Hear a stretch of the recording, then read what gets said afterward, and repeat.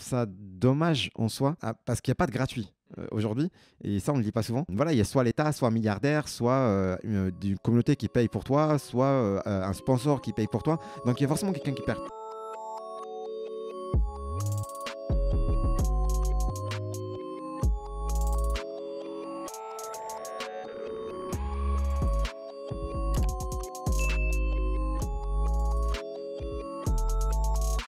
Bonjour à tous et bienvenue pour ce nouvel épisode de From Scratch. Aujourd'hui, je reçois un peu, on peut dire, le roi du From Scratch. Vous allez très vite comprendre pourquoi.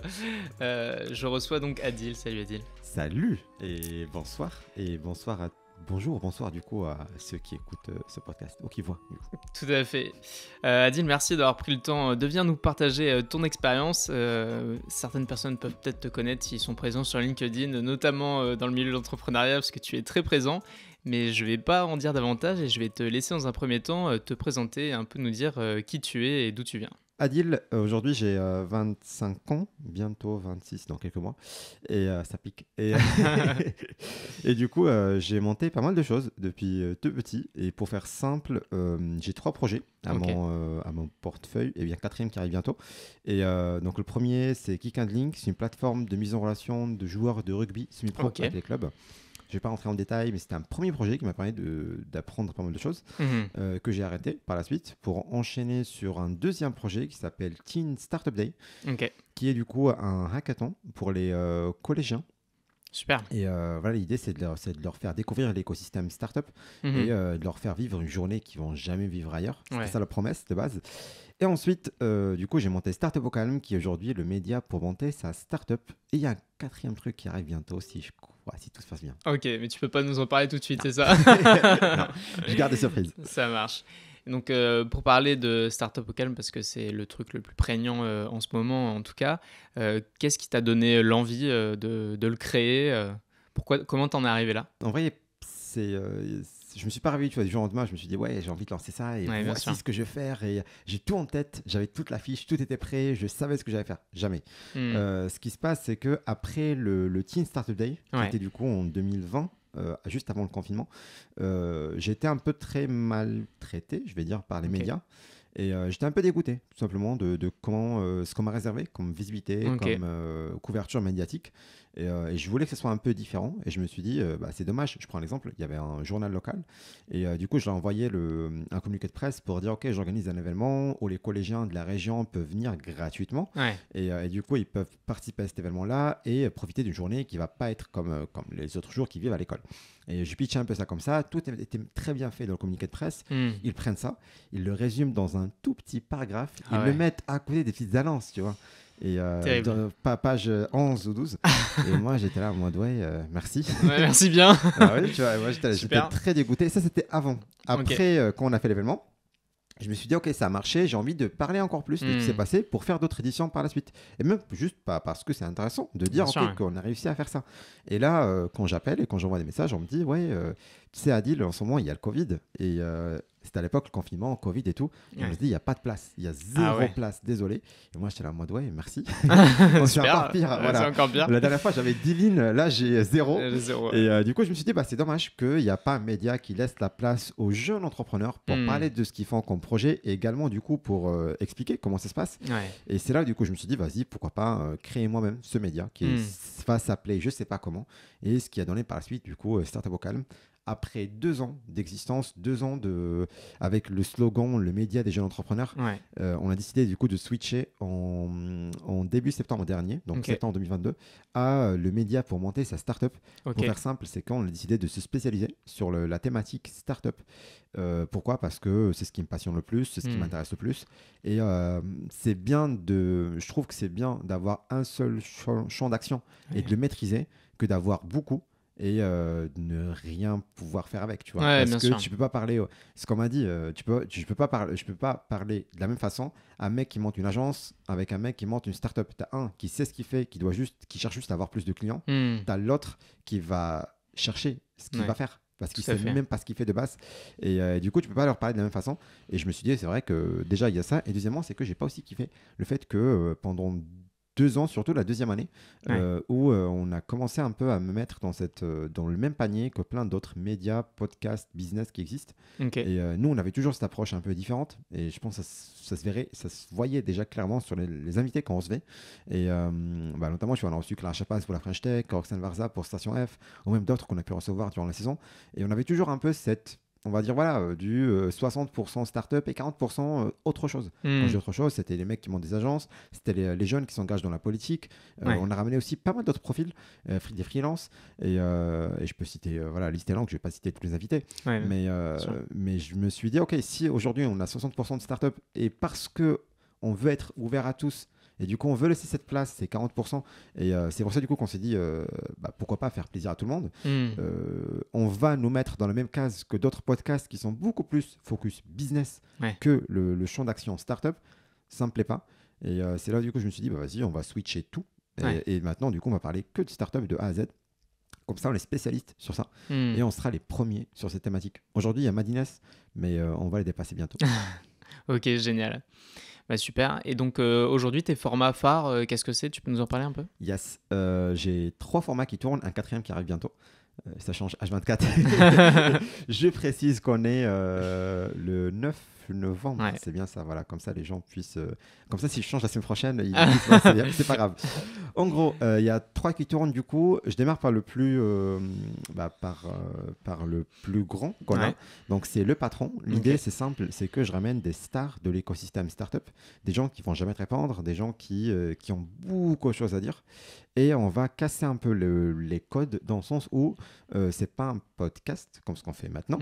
Donc l'idée, c'est pas de savoir plus sur eux, sur ce qu'ils font, mais plutôt de faire un échange, un Ask Me Anything, des questions-réponses avec les personnes.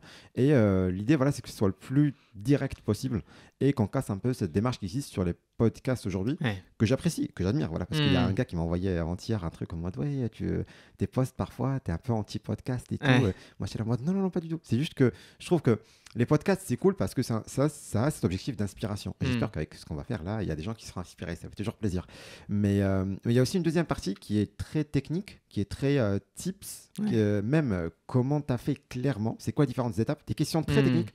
Et ça, je trouve qu'on ne fait pas assez dans les podcasts parce qu'on laisse beaucoup de temps à du storytelling, ce qui est pas mal et ce qui est inspirant, ce qui est archi intéressant. Moi, j'adore, je peux citer plein d'exemples. Mais je préfère rester dans cette casquette de direct et concret parce que ça complète donc ce qu'ils font déjà. Et du coup, c'était ça la promesse du patron. Donc voilà, comme je te dis, on ramène des stars. La petite spécificité aussi, c'est que c'est sur Twitch. Et ça, c'est grave cool. Grave. Et du coup, là, c'est du live. C'est un mardi sur 2 à 21h. Et là, on est sur l'épisode 6 qui arrive la semaine prochaine en live. Génial. Et on a pu recevoir cette saison, du coup, Riyad Boulanoir de Nickel. On a pu recevoir Anthony Bourbon. On a pu recevoir Julie Bijaoui de Freshy. Et là, la semaine prochaine, du coup, je reçois Patrick Amiel, qui est business angel, donc investisseur privé, et qui investit dans des boîtes comme Ledger, que beaucoup connaissent. Luco, pareil. C'est mon assurance habitation d'ailleurs. Comme Jump, qui est pas mal aussi, et pas mal d'autres. Vibe, qui a fermé après. Donc, il ne fait pas que des bons OP, il fait aussi des bonnes opérations. Et ça m'intéresse de savoir. C'est le jeu des investisseurs. Et ça m'intéresse, tu vois, de partir un peu très loin sur ça. Ok, du coup, Vibe, c'est passé quoi? L'argent. Je pense que j'ai plein de questions à lui poser.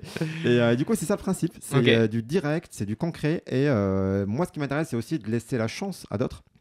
Parce que tu vois, j'aurais pu le tourner comme ce qu'on fait maintenant et le balancer après. Mais là, du coup, l'avantage, c'est que tu peux venir n'importe où tu es et poser ta question. Moi, j'ai des gens qui se connectent et ça me fascine. Du Bénin, de la Tunisie, de la Belgique, de Taïwan. Et t'es là en mode, c'est incroyable. Genre, t'as un gars en Taïwan qui est connecté, qui va poser sa question à Anthony Bourbon. C'est un truc. C'est ce qui est exactement. Et ça, c'est ce qui est grave cool. Donc ça, c'est le premier format, le patron. Et après, il est dispo en replay, Spotify, YouTube. Deuxième format, du coup, c'est une minute une startup qui est en train de cartonner un peu en ce moment. J'espère que ça va continuer. Et l'idée, c'est simple, c'est que peu importe ta boîte, peu importe ce que tu fais, tant que c'est une startup, nous, on va venir, on va booster ta visibilité. Donc, c'est un pitch qui est très rapide, 2 minutes. Et à la fin, je demande du coup à l'audience de donner leur avis sur la boîte. Est-ce que c'est une bonne ou mauvaise idée d'investir dans cette boîte-là? Un peu qui va être lancée, mais version donne-moi ton avis. Bien sûr. Et du coup, voilà, ça permet à des boîtes de se faire connaître, ça permet aux gens de connaître des startups qui existent en France et même de donner leur avis sur la boîte et vice-versa, du coup, aux fondateurs de savoir si les gens kiffent ou pas. Carrément, Et ça, c'est intéressant d'avoir toujours ce feedback public que souvent tu n'as pas parce que souvent tu restes dans ton petit coin avec tes fans, avec les gens qui te kiffent. Alors que là, on t'expose vers des gens qui vont pas forcément te kiffer. Ils vont dire c'est la réalité du marché là. Exactement. Et ça, c'est grave stylé de pouvoir faire ça. Donc, c'est 1 minute une startup sur TikTok. Du coup, TikTok, c'est Startup Vocal.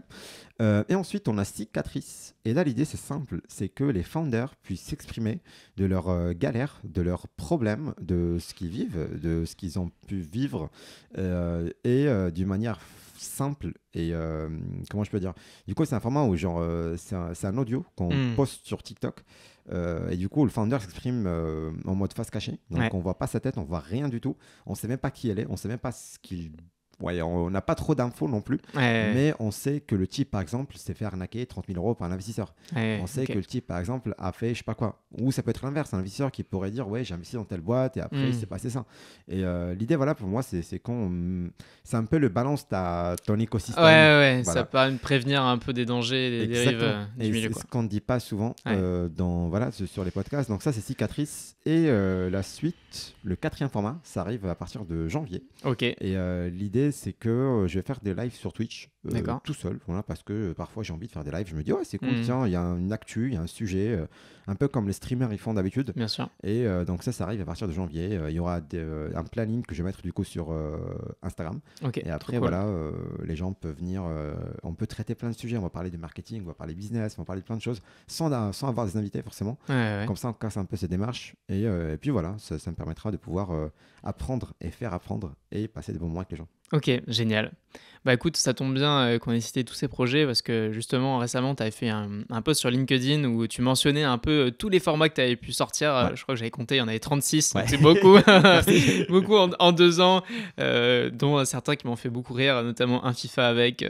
Tu as testé vraiment beaucoup de trucs, donc justement je voudrais qu'on aborde 2 choses, c'est le côté side project et puis après le côté...